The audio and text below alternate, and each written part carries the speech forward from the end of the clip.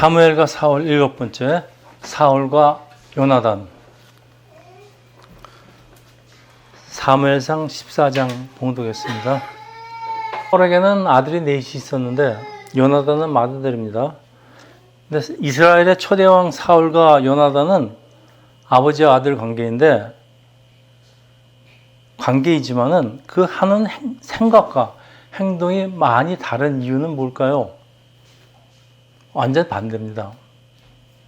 그 이유는 가치관이 달라서 그렇습니다. 사람의 기준으로 뽑은 왕 사울과는 달리 요나단은 믿음이 아주 좋고요. 또 그에 따른 행동도 과감하고 신속한데 이 무엇이 같은 피를 나눈 아버지와 아들을 다르게 만들까요? 무엇이 이 두 부자의 차이를 다르게 만들까요, 여러분? 첫째, 가치관이 다르고, 왜 가치관이 다를까요? 네, 신앙의 차이입니다. 여러분, 아주 중요한 문제입니다. 사울은 영적이나 세상적으로 이스라엘을 통치하기에는 많이 부족한 사람이지만은 요나단은 아버지하고 완전히 다릅니다. 오늘 본문에 요나단이 사울이 맡긴 1000명을 거느리고 블레셋을 선제 공격하고 이스라엘은 기대하지 않았던 승리를 거두게 되는데 갑자기 사울 왕이 전쟁 중에 금식을 선포하는데 이거 왜 그럴까요? 이스라엘은 배가 고파서 더 이상 싸울 힘이 없고 아버지의 맹세를 모르는 요나단은 지팡이 끝으로 꿀을 찍어 먹는데 사울은 왕의 명령을 어겼다고 아들 요나단을 죽이려고 합니다. 아버지가 왜 아들을 죽이려는가요? 이스라엘의 사사 입단은 하나님께 그릇된 서역을 하고 이 외동딸을 제물로 바치는데 하나님께 한 맹세는 잘못된 맹세라도 반드시 지켜야 할까요? 오늘 질문은 요나단이 대치하고 있는 블레셋을 선제 공격함으로써 일어납니다. 사무엘상 14장 14절에서 16절입니다. 요나단과 그 무기를 든 자가 밤낮을 같이 땅 안에서 처음으로 쳐 죽인 자가 20명가량이라 들에 있는 진영과 모든 백성들이 공포에 떨었고 부대의 노략군들도 떨었으며 땅도 진동하였으며 이는 큰 떨림이었더라. 베냐민 기브아에 있는 사울의 파수꾼이 바라본즉 허다한 블레셋 사람이 무너져 이리저리 흩어지는지라. 이제 사울의 파수꾼이 이스라엘 진영을 살펴보니까 블랙과 이스라엘이 싸우고 있습니다. 지금 사울은 이제 금방 압니다. 자기 아들 요나단이 아니면 이런 행동을 할 사람이 없다는 것. 평소에 요나단은 아버지와 신앙이 달라서 하나님 뜻이라고 생각이 들면요, 아버지 허락 없이 사울로부터는 이제 일을 저지르기 때문입니다. 요나단은 자기는 하나님 뜻에 따라서 행동을 한다는 거죠. 사무엘상 14장 18절에서 19절입니다. 사울이 아이에게 이르되 하나님의 궤를 이리 가져오라 하니 그때 하나님의 궤가 이스라엘 자손과 함께 있음이라. 사울이 제사장에게 말을 할 때 블레셋 사람들의 진영에서 소동이 점점 더한지라. 사울이 제사장에 이르되 내 손을 거두라 하고, 제사장한테 네 손을 거두라는 얘기는 제사를 중지하라는 얘기입니다. 율법에 하면 이스라엘은 전투에 임하기 전에 제사장을 통해서 하나님의 말씀을 들어야 됩니다. 전쟁을 할까요 말까요? 또 어떻게 싸울까요? 이런 작전을 들어야 되는데 사울은 요나단 전투에 이제 동참하기 전에 제사장을 불러서 하나님의 뜻을 물어보다가 소동이 점점 더 커지니까 막바로 전쟁터로 돌입을 합니다. 왜 사울은 제사장을 시켜서 하나님께 물어보려다 말고 전쟁으로 뛰어드는 것일까요? 지난번에는 사울왕이 제사장 없이 제물을 드리더니 이제는 시작된 제사를 중단하고 전쟁터로 가는데 사울의 행동은 어떤 원칙도 없어 보이고 아주 즉흥적이고 성급함으로 얼룩지는데 사울의 판단력에 많은 문제가 있어 보입니다. 자, 사울왕의 중요한 것이 무엇인지에 대한 힌트를 주는데 사울왕에게는 하나님 뜻보다 더 중요한 것은 막상 자기가 닥친 현실을 신속하게 처리하는 것이 더 중요하답니다. 이거는 우리 교회를 다니고 있는 사람들 하기보다는 자기에게 닥친 일을 먼저 처리하려는 그 본능적인 그 습관이 있습니다. 이제 이스라엘한테 결정적인 기회가 온 것 같은데 혹시라도 이렇게 물어봤다가 하나님이 응답하지 않으시거나 또 너무 늦게 응답해서 절호의 기회를 놓치거나 또는 싸움하지 말라는 반대의 응답이 오면 어떻게 하나 하는 그런 우려일까요? 것 같아요. 그리고 기도하고 하나님의 뜻을 구하는 것은 시간이 있을 때 한가할 때 하는 일이지 이렇게 급한 때는 일단 일부터 해내는 것이 더 중요하다는 생각일지 모르지만 우리도 그렇게 생각합니다. 사실 하나님의 뜻을 구하기보다는 우리 닥친 불을 끄는 게 더 급하다고 생각을 보통 합니다. 그런데 이럴 때 이렇게 급할 때 말이죠. 하나님께 기도하고 응답하는 것은 시간이 오래 걸리는 게 아니에요. 뭐 몇 초에 걸릴 수도 있습니다. 잠시 눈 감고 하다가 몇 초 만에 그 답을 들을 수도 있어요. 여러분 신앙이 어리다 그러죠. 신앙이 어릴 때 특징이 있습니다. 뭐 우리 대부분 다 하는 일입니다. 그렇습니다. 우선 자신이 완벽한 계획을 세워놓고 혹시라도 하나님이 내가 세워놓은 계획을 바꾸지 않을까 두려워합니다. 그리고 하나님과 교통을 끊고 있다가 상황이 좋으면은 자기 계획대로 진행하고 상황이 나빠지면 그때 가서 기대해도 늦지 않다. 네, 그런 생각 같아요. 여러분 부모의 잔소리가 듣기 싫을 때 어떻게 합니까? 네? 그럼 멀리 떨어졌을 때는? 네, 전화를 끄죠. 네. 지금 딱 이 얘기입니다. 전화를 끼워놓고 있다가 또 그러다가 갑자기 자기 생각대로 안 돼서 급해지면 어떡합니까? 그때 전화를 다시 끼고 도움을 청하는 거 똑같아요. 우리 하는 짓이. 하나님이 이걸 모르시겠습니까? 14장 20절에서 22절입니까?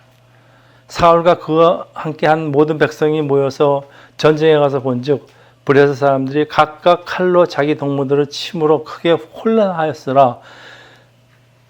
전에 블레셋 사람들과 함께하면은 히브리 사람이 사방에서 블레셋 사람들과 함께 진영에 들어왔더니 그들이 돌이켜 사울과 요나단과 함께한 이스라엘 사람들과 합하였고 에브라임 산지에 숨었던 이스라엘 모든 사람들도 블레셋 사람들이 도망을 듣고 싸우러 나와서 그들을 추격하였더라. 여러분 이게 무슨 장면인가 하면요. 이스라엘이 숫자가 압도적으로 부족합니다. 그런데 갑자기 전세가 이스라엘이 유리해지니까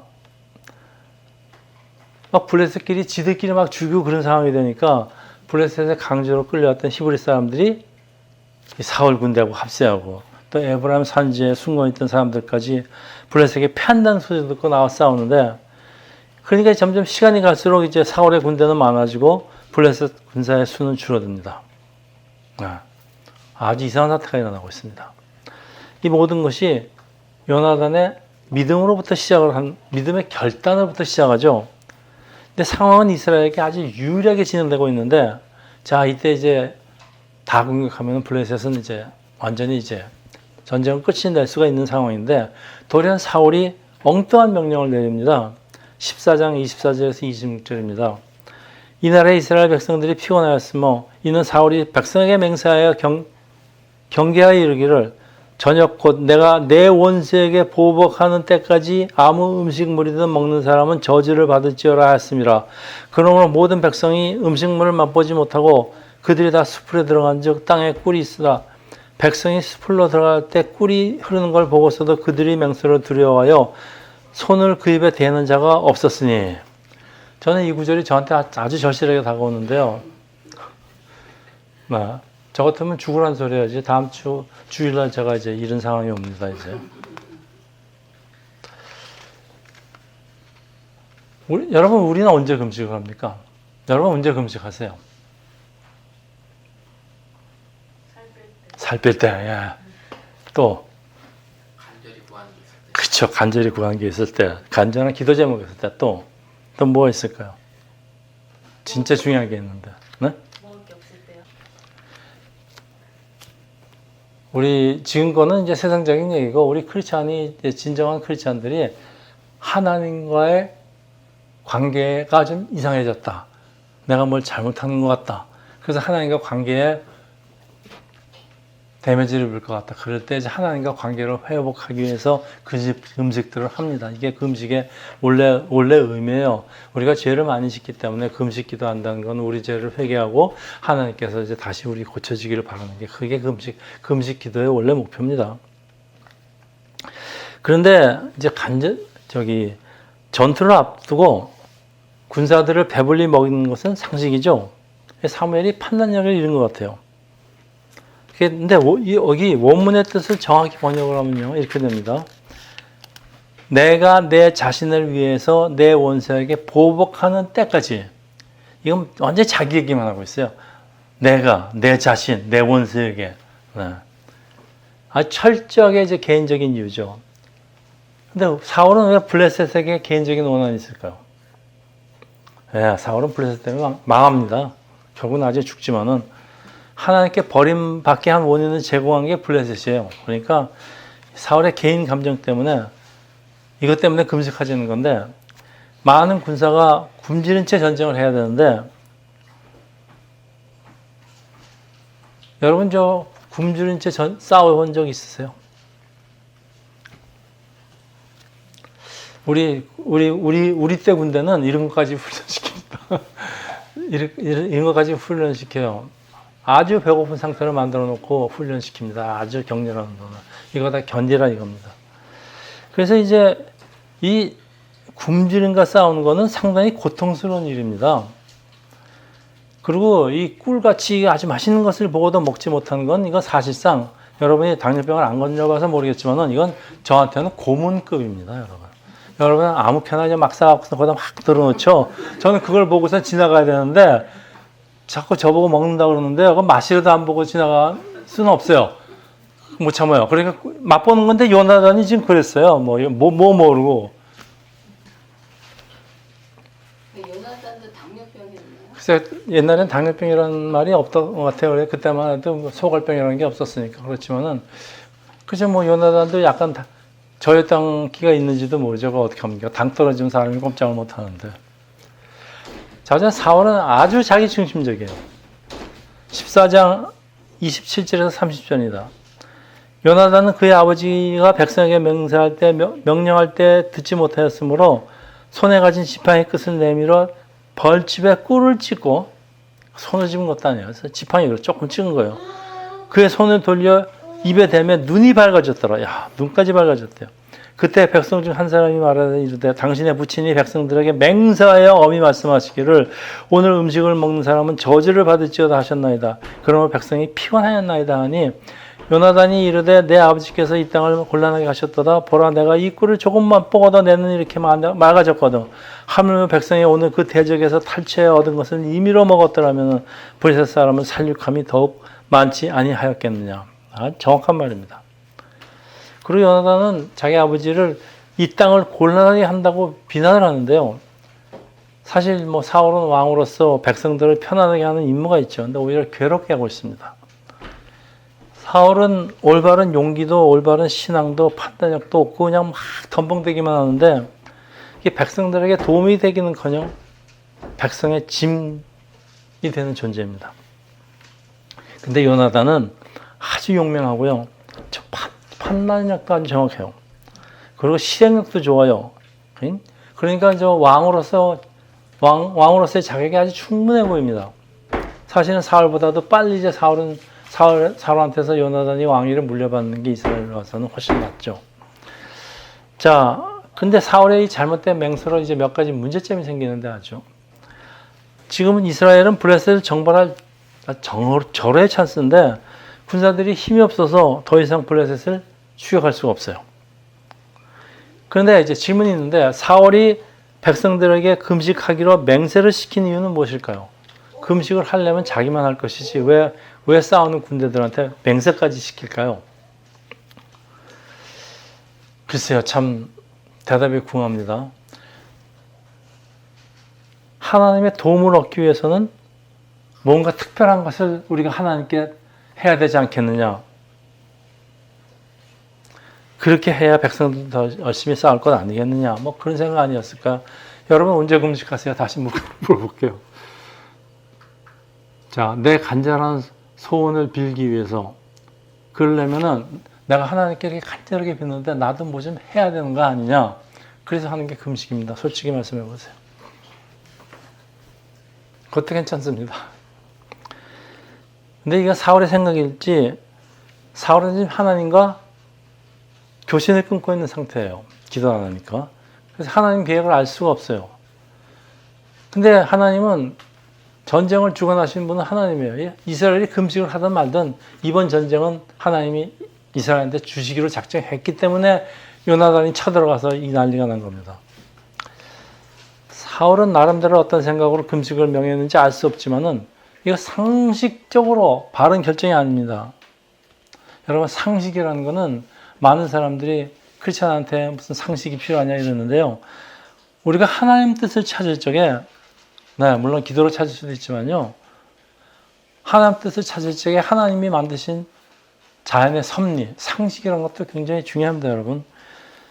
자신의 주관적인 판단으로, 그러니까 억지로 판단할 게 아니고 상식적으로 타당성이 있는지를 검토해야 됩니다. 이거 아주, 그러니까 이 조그만 율법을 지키기 위해서 더 큰 율법을 어기는 거예요. 자, 사무엘상 14장 31절에서 35절입니다. 그날의 백성이 막바스부터 아이론에 이르기까지 블레셋 사람들을 쳤으므로 그들의 심히 피곤한지라 백성이 이에 탈취한 물건을 달려가서 양과 소와 송아지들을 끌어다가 그것을 땅에 집어 핏째 먹었더니 무리가 사울에게 전하가 이르되 보소서 백성이 고기를 핏째 먹어 여호와께 범죄하였나이다. 사울이 이르되 너희가 믿음 없이 행하였도다. 이제 큰 돌을 내게 굴려오라 하고 또 사울이 이르되 너희는 백성 중에 흩어져 다녀 그들에게 이르기를 사람이 각기 소와 양을 이리로 끌어다가 여기서 잡아먹되 핏째로 먹어 여호와께 범죄하지 말라 하매 그 땅에 그 밤에 모든 백성이 각자의 소를 끌어다가 거기서 잡으리라. 사울이 여호와를 위하여 제단을 쌓았으니 이는 그가 여호와를 위하여 처음 쌓은 제단이었더라. 자, 사울은 그동안 한 번도 하나님께 제단을 쌓은 적이 없다는 말입니다. 그런데 왜 이번에는 제단을 쌓을까요? 평소에 예배를 한 번도 드린 적이 없는 사람이 갑자기 이제 예배를 드린다 이런 얘기예요. 혹시 하나님이 핏째 고기를 먹은 죄를 혹시 심판하면 어떨까? 그렇게 두려웠을 때문일까요? 자, 사울의 행동은 질서가 없고 즉흥적이고 논리적이 아니라 이해하기가 참 어렵습니다. 그러니까 이거는 각자, 읽는 사람 각자의 상상에 맡기는 수밖에 없어요. 자, 여러분, 찬양의 제사, 기쁨의 제사, 감사의 제사. 오늘 우리 같이 찬양했지만은 이 제사가 예배입니다. 예배는 형식으로 지키기도 하지만은 우리 주의를 잡아놓고 예배는 근본적으로 기쁨으로 감사로 드리는 게 여러분 예배입니다. 이 예배를 형식적으로 드리다 보면은 굉장히 몸이 건조해집니다. 예배를 기쁨으로 드리다 보면 우리가 준비 찬송을 하는 이유가 예배에 나의 그 감정을 좀 더 섞기 위해서 그래서 이제 찬양을 하는 건데 그래서 이제 옛날에는 초대교회 때는 사람의 감정이 하나님을 예배할 때는 들어가면 안 된다 그래서 1절 찬송 못 부르게 했습니다. 곡도 못 넣게 하고 악기도 사용 못 하게 했습니다. 그런 적도 있었어요. 우리가 예배를 드릴 적에 사람의 감정이 들어가느냐 안 들어가느냐의 문제는 여러분 예배라는 거는 사람이 자기가 가진 모든 것으로 하나님께 감사하고 찬송하는 건데 거기에 왜 영적인 것만 들어갑니까? 사람의 감성도 들어가야죠. 그렇죠? 사람한테 나 있는 모든 것을 들어가는 게 예배입니다. 그게 제사입니다. 그래서 우리가 이제 소울 그러면 이제 영이라고 알고 있는데 영과 육을 구별을 하지만 우리 유대교 기독교는 그런 게 아닙니다. 영과 육을 하나로 봅니다. 그래서 사람을 얘기할 때도 소울이라고 그러지 영어로 소울이라고 하는데 그 영혼이라는 뜻이 아닙니다. 소울이라는 건 그 사람이 가진 모든 것을 소울이라고 합니다. 네.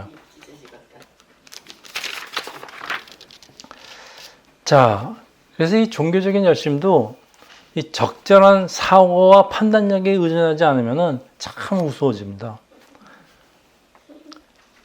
그리고 또 어떤 교회는 성도들에게 하나님이 원하시는 것보다 더 많은 희생과 헌신을 요구하는데요. 네. 여러분, 기독교 역사상 얼마나 많은 무모한 행동들이 이 믿음이라는 명분 안에 행해졌는지 잘 살펴봅니다. 얼마나 많은 여자들이 마녀 사냥이라는 명목 안에 죽어갔으며 참 많은 사람들이 억울하게 죽은 사람들이 많습니다. 지금도 일어납니다. 그냥 쓸데없이 교회를 넣건다고 헌금을 그냥 그렇게 맹세까지 시키면서 조짜다가 크레딧 카드까지 쓰래요.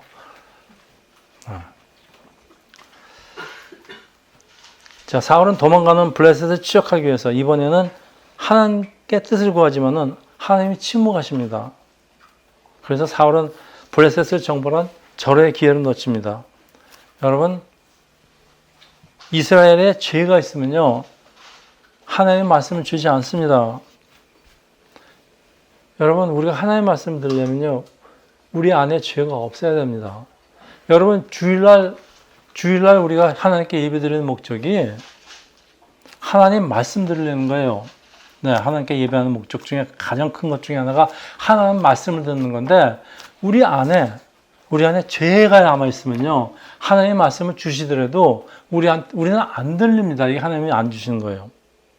주셔도 죄가 없는 사람은 들리지만 죄가 있는 사람은 안 들립니다. 그래서 우리가 목사님 설교를 듣기 전에 반드시 회개 기도부터 하는 이유입니다. 이거 알고서 해야죠, 회개 기도를. 왜냐하면 회개 기도를 하고 우리 안에 있는 죄를 다 씻은 다음에 그리고 하나님의 말씀 듣겠다는 거예요. 지금 많은 교회들이 회개 기도를 생략합니다. 바쁘다고. 그럼 뭘 듣겠다는 거예요. 여러분이 정확하게 알고서는 예배드리고 회개하고 이런 거 다 절차가 다 그래서 있는 겁니다.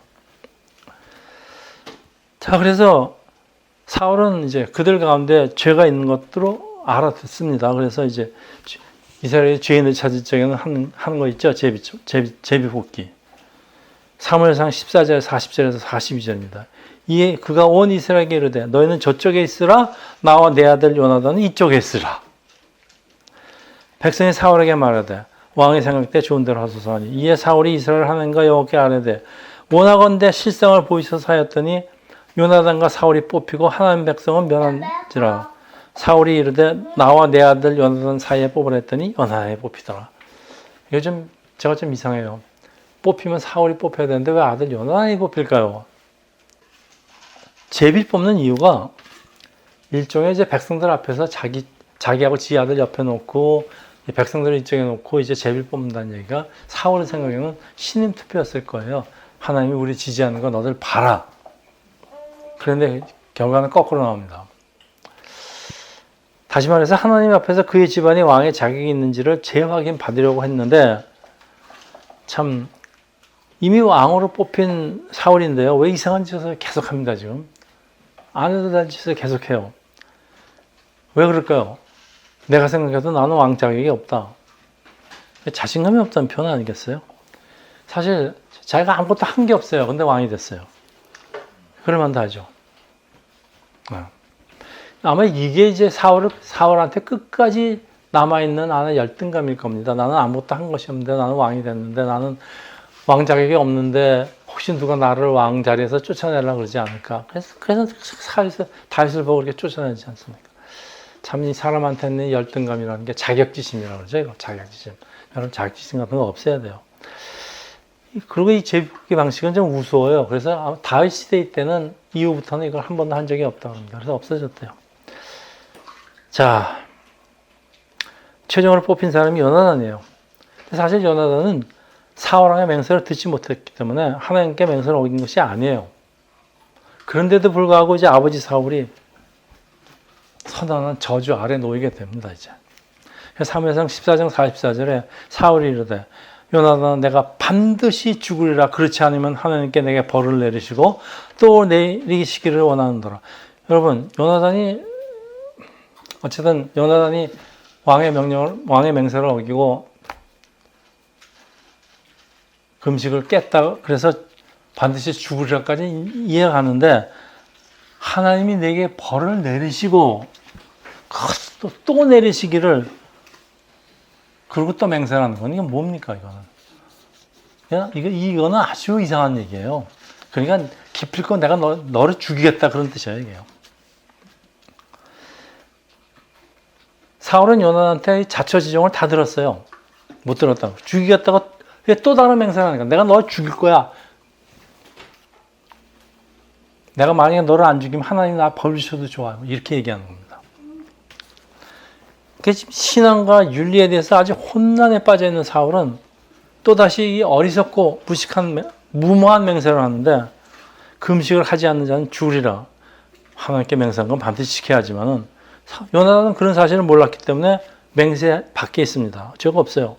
그럼에도 불구하고 왜 사울은 왕위를 물려받아야 하는 아들에게, 그것도 세자죠. 세자한테 사형을 아주 반복해서 맹세하는 것일까요?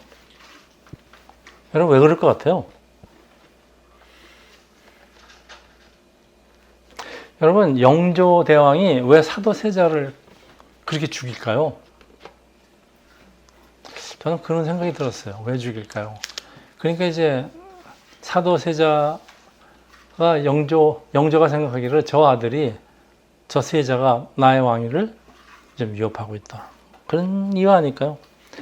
그래서 요나단이 사울의 허락도 받지 않고 자주일을 저지르고, 요게 이제 그 사도세자가 하는 짓하고 똑같습니다. 아버지 영조 허락 없이 자꾸 일을 저질러요.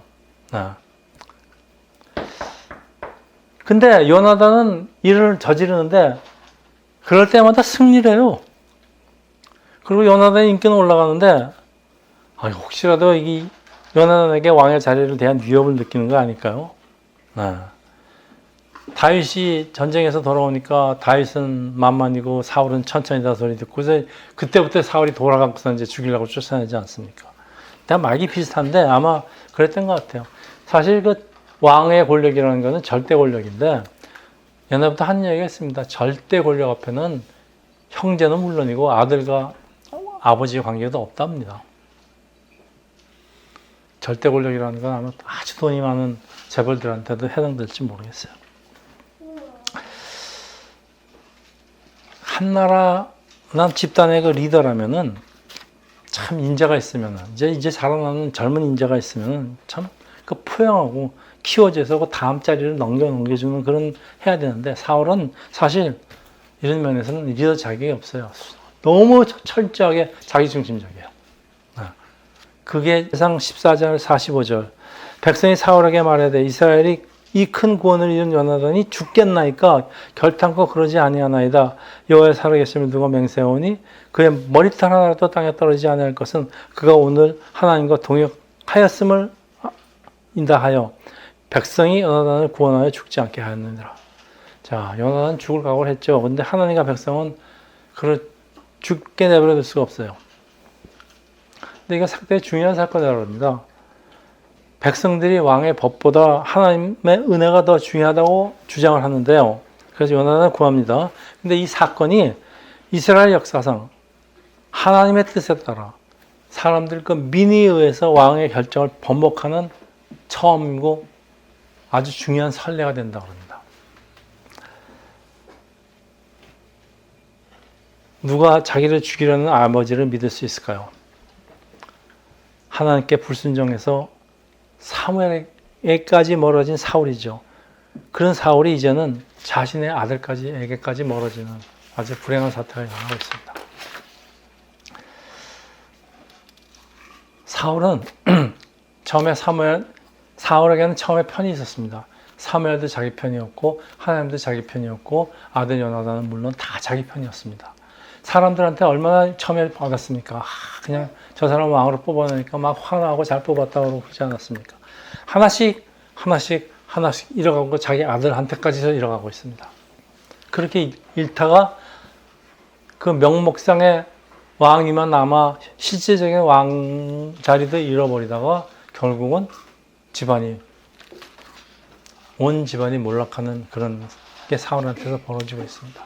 그런데 목사님 설교들 들어보면요, 지금 오늘 제가 설교하는 14장 강해가 굉장히 많아요. 목사님들이 가장 많이 다루고 있는 강해 중에 하나입니다. 그래서 얘기를 들어보면 왜 그렇게 많은가 했더니 실제로 사울이 우리의 모습과 너무 똑같아요. 우리 지금 교회를 다니지만은 네, 이스라엘은 하나님의 백성이지만 우리는 교회를 다니더라도 우리들이 하는 모습이 너무 사울왕과 똑같답니다. 네, 그래서 우리한테 경고를 주기 위해서 사울을 자꾸 들춰낼 수밖에 없답니다. 우리 처음에 얼마나 많은 사람들의 사랑을 받다가 점점 하나님한테 멀어지다 보니까 점점 다 잃어버려요. 사울은 자기가 요나단을 죽이지 못하니까 또 하나님께 한 맹세를 또 어기게 돼요. 맹세를 어기다 보니까 계속 하나님한테 맹세를 어기고 어떻게 무사하겠습니까? 이스라엘은 이런 전쟁으로 블레셋을 완전히 몰아낼 수 있었지만 저의 기회를 놓치는데 그래도 전쟁을 계속하는데 이스라엘은 계속 그래도 승리를 합니다. 완전히 크게 승리는 못하지만 계속 승리를 하는 건 하나님의 은혜예요. 그런데 사울은 하나님의 은혜인 줄을 모르고 점점 자기 힘이 세지는 줄 알고 자기가 이기니까 하나님과 멀어진 사울은 점점 더 세상의 힘에 의지하려고 합니다. 자, 이게 우리의 모습입니다. 우리가 이 세상에서 조그만 성공을 두고 자꾸 이건 내가 한 일이다 그렇게 되면요. 하나님한테 점점 멀어질 수밖에 없어요. 교만해지고. 네. 그래서 이제 이런 얘기를 하는 것 같아요. 사무엘상 14장 52절. 사울이 사는 날 동안에 블레셋 사람과 큰 싸움이 있었으므로 사울이 힘센 사람이나 용감한 사람을 보면 그들을 불러 모았더라. 네. 이제 사울이 하는 짓이 이제 힘센 사람, 용감한 사람들을 이제 자기 부하로 두기 시작합니다. 이제 본격적으로 이제 군인들을 양성하기 시작하는 거죠. 군대를. 그리고 사울의 일생은요, 처음부터 끝까지 전쟁의 연속이었어요. 처음부터 끝까지 죽는 날까지. 그래서 전쟁터에서 죽죠. 이 사람은 하나님을 의지하기보다는 세상적인 방법으로 힘을 키우면서 그러다 보니까 세상적인 방법으로 힘을 점점 키우니까 사울 왕에게는 점점 실질적으로 물리적인 힘이 생기기 시작합니다. 힘이 생깁니다. 자기 힘을 키우니까. 그런데 이스라엘 안에서 일어나는 전쟁은 모두 여호와께 속한 전쟁입니다. 가나안 땅에서 하나님의 나라와 의를 세우는 성스러운 전쟁, 성전입니다. 자, 이런데 쌈만 잘하는 사람들을 고용해서 봉급을 많이 주고, 네, 이거는 아닙니다. 이건 거룩한 성전이라는 이름을 더럽히는 거예요. 자, 우리가 이제 오늘 본문에서 보여주는 사울과 요나단을 비교하면서 이제 말씀을 마치려고 합니다. 요나단은 하나님께 대한 신뢰와 믿음의 사람이고요. 사울은 형식과 세상 힘에 의존하는 사람입니다. 요나단은 움직일 때를 아는 사람이고 사울은 언제 움직여야 될지 모르는 사람입니다. 요나단은 상황을 지혜롭게 판단하지만은 사울은 어리석은 판단으로 일을 그르친 사람. 요나단은 하나님이 함께 하시는 것이 가장 중요한 사람이지만은 사울에게는 세상적인 힘이 중요합니다. 그 결과 요나단은 백성들의 영웅이지만은 사울은 백성들의 짐일 뿐입니다. 여러분, 요나단과 사울의 차이가 이런 사고방식, 가치관의 차이, 그리고 궁극적으로 신앙의 차이, 그리고 하나님과의 관계에 있습니다. 제가 여러 번 주장하지만 하나님과의 관계를 유지하는 건 굉장히 중요합니다. 여러분. 하나님과 관계를 유지하기 위해서 우리가 금식 기도도 하고 내가 뭐 잘못됐을까 봐 또 지속적으로 예배도 드리고 기도도 드리고 하나님과 관계가 이렇게 중요해서 그렇습니다. 자, 하나님은 사울을 왕으로 뽑으신 이유가 처음에 있던 사울에게 있던 그 겸손함과 또 사울에게는 상당히 많은 가능성이 있었어요.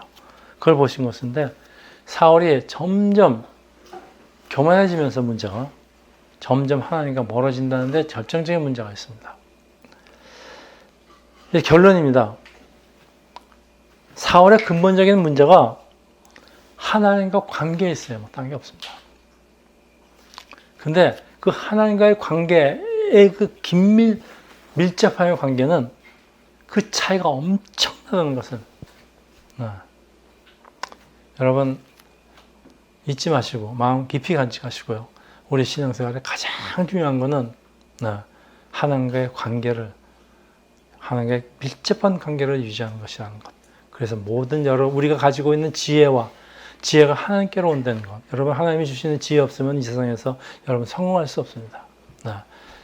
깊이 마음속으로 간직하시기를 예수 이름으로 축원합니다. 기도하겠습니다. 할렐루야. 하나님 아버지 감사합니다. 오늘 사울과 요나단을 비교하면서 그들의 신앙의 차이가 엄청난 차이를 불러오는 것을 배웠습니다. 하나님 아버지 결국은 믿음, 하나님과의 관계로 모든 것이 결정이 난다는 것을 우리 마음속 깊이 간직하기를 바라요.